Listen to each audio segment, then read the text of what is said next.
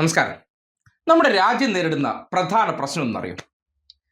അത് ഇപ്പോഴത്തെ സാഹചര്യങ്ങൾ വെച്ച് ആലോചിച്ചാൽ ഇങ്ങനെ വിശദീകരിക്കാൻ പറ്റും. എഴുത്തും വായനയും അറിയാത്ത, വിദ്യാഭ്യാസമില്ലാത്ത, കുടുംബവും കുട്ടികളുമില്ലാത്ത, ഒറ്റത്തടിയായി സ്വന്തം കാര്യം നോക്കി നടക്കുന്ന ഒരു സ്വയം സേവകൻ, അതായത് സ്വന്തമായി സേവിച്ച് നടക്കുന്ന ഒരു വ്യക്തിയെ അനേകായിരം കുടുംബങ്ങൾ തിങ്ങിപ്പാർക്കുന്ന ഒരു രാജ്യത്തിന്റെ ഉത്തരവാദിത്വം ഏൽപ്പിച്ചാൽ എന്ത് സംഭവിക്കും? അയാൾക്ക് വിദ്യാഭ്യാസത്തെക്കുറിച്ച് പറഞ്ഞാൽ വിദ്യാഭ്യാസ യോഗ്യതയില്ല, സർട്ടിഫിക്കറ്റ് പോലുമില്ല, പക്ഷേ സംഘികളുടെ വാക്കാൽ അയാൾ വിദ്യാസമ്പന്നനാണെന്ന് നമ്മൾ വിശ്വസിക്കണം. അല്ലെങ്കിൽ ഒരു വ്യക്തി പഠിച്ചിട്ടുണ്ടെങ്കിൽ ഇതിനകം നമ്മൾ സർട്ടിഫിക്കറ്റ് കണ്ടേനെ. അതില്ല. കുടുംബവും കുട്ടികളുമില്ല. അതെന്തോ സ്വയം സേവകൻ, ബ്രഹ്മചരി അല്ലെങ്കിൽ സന്യാസി വര്യൻ എന്നൊക്കെ ഇവർ പറയുമ്പോൾ ഒരാൾക്കൊരു കുഞ്ഞിൻ്റെ അല്ലെങ്കിൽ ഒരു മകന്റെ വേദന അറിയണമെങ്കിൽ അയാൾ ആരാകണം? രക്ഷിതാവാകണം. സ്വന്തം ചോരയിൽ പിറന്ന കുഞ്ഞുണ്ടാകണം. അതിൻ്റെ വേദന സ്വന്തം വേദനയായി മാറണം. ഈ നാട്ടിൽ ഇപ്പോൾ നടക്കുന്ന പ്രശ്നം എന്തുകൊണ്ട് അയാൾക്ക് മനസ്സിലാകാതെ പോകുന്നു എന്ന് പറഞ്ഞാൽ, അയാൾക്ക് പരീക്ഷ എന്ന് പറയുന്നത് ഒരു പ്രശ്നമല്ല. പരീക്ഷ എഴുതാതെയും കോളേജിൽ പോകാതെയും വിവിധ ബിരുദ സർട്ടിഫിക്കറ്റുകൾ അദ്ദേഹത്തിൻ്റെ തന്നെ ഒരു പ്രത്യേക വൈഭവം കൊണ്ട് കൈവശം ഇരിപ്പുണ്ട്, പുറത്തുവിടില്ല. ഒരു കാരണവശാലും ആരെയും കാണിക്കാത്ത ആ പ്രത്യേക സർട്ടിഫിക്കറ്റുകൾ. ആ വ്യക്തിക്ക് എങ്ങനെയാണ് ഈ നാട്ടിലെ ഉന്നത പരീക്ഷ ചോർച്ച അതെങ്ങനെയാണ് നിരവധി കുട്ടികളുടെ അല്ലെങ്കിൽ അനേകായിരം കുട്ടികളുടെ വിദ്യാഭ്യാസത്തെ ബാധിക്കുന്നു എന്ന് പറഞ്ഞാൽ ചിന്തിക്കാൻ പറ്റൂ. ആ വിഷമത്തെ ഒരു രക്ഷിതാവ് എന്നുള്ള നിലയ്ക്ക് ഇയാൾക്ക് ആലോചിക്കാൻ പറ്റും. ആ പരീക്ഷ താളം തെറ്റിയതിന്റെ പേരിൽ ആത്മഹത്യ ചെയ്ത അച്ഛനമ്മമാരുടെ ദുഃഖത്തെക്കുറിച്ച് ആ ഒറ്റത്തടിയായി നടക്കുന്ന വ്യക്തിക്ക് ആലോചിക്കാൻ പറ്റൂ? ഇല്ലല്ലോ. ഇത് തന്നെയാണ് ഈ നാടിന്റെ പ്രശ്നം. കുടുംബ ബഡ്ജറ്റ് എന്ന് പറഞ്ഞാൽ ഇയാൾക്ക് അറിയാൻ പറ്റൂ. ഒറ്റാന്തടിയും കിട്ടുന്നതെല്ലാം ആഡംബരത്തോടെ ഞണ്ണിക്കൊണ്ട് നടക്കുകയും ഒരു മനുഷ്യർക്ക് ഷെയർ ചെയ്യാൻ പോലും ഇല്ലാത്ത മനുഷ്യന്റെ അടുത്ത് ഇതിനെക്കുറിച്ചൊക്കെ പറയുന്നത് ആരാണ്?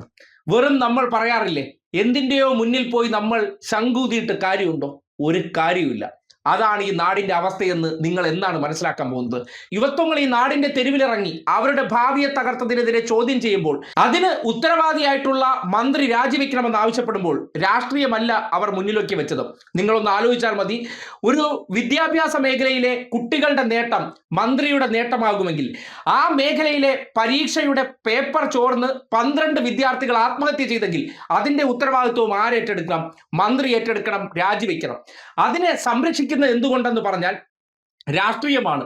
ഈ നാട്ടിലെ പൗരന്മാരുടെ ജീവിതമല്ല. അതൊന്നും വിലകൽപ്പിക്കേണ്ടതല്ല. കുടുംബവും കുട്ടികളുമില്ലാതെ ഒറ്റത്തടിയായി നടക്കുന്ന മനുഷ്യർക്ക് എന്ത് വൈകാരികത, എന്ത് കുടുംബങ്ങൾക്കുള്ളിലെ ആത്മബന്ധത്തെക്കുറിച്ച് മനസ്സിലാക്കാൻ പറ്റും?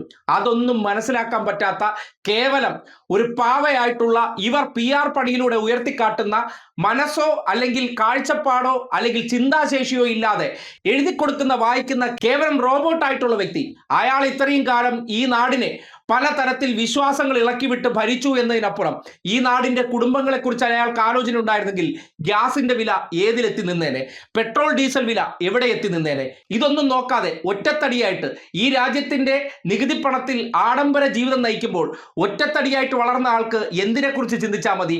അയാൾക്ക് കിട്ടുന്ന സുഖലോലുപതയെക്കുറിച്ച് മാത്രമേ ചിന്തയുള്ളൂ. അയാൾക്കൊരു കുഞ്ഞുണ്ടായിരുന്നെങ്കിൽ, കുടുംബമുണ്ടായിരുന്നെങ്കിൽ അതിന്റെ വേദനയും പരീക്ഷ എഴുതിയിട്ട് വരുന്ന മക്കളുടെ കണ്ണീര് കാണുമ്പോൾ അയാൾക്ക് തിരിച്ചറിയാൻ പറ്റിയേനെ. ഈ ശേഷിയൊന്നുമില്ലാതെ നമ്മുടെ മുന്നിൽ ഒരു രൂപത്തെ കൊണ്ടുവന്ന് കാട്ടിയിട്ട് ഇത് വല്ലാത്ത ദിവ്യശക്തിയുള്ള അപാര കഴിവുള്ള, ഈ വിവാഹമൊന്നും കഴിക്കാതെ ഒരു സ്വയം സേവകനായി നടക്കുന്ന അത്ഭുത വ്യക്തി എന്ന് നിങ്ങളോട് പറയുമ്പോൾ കണ്ണടച്ച് വിശ്വസിക്കുന്ന നിങ്ങളല്ലേ മൂഢന്മാർ? ഇനിയെങ്കിലും ചിന്തിച്ചു നോക്കൂ.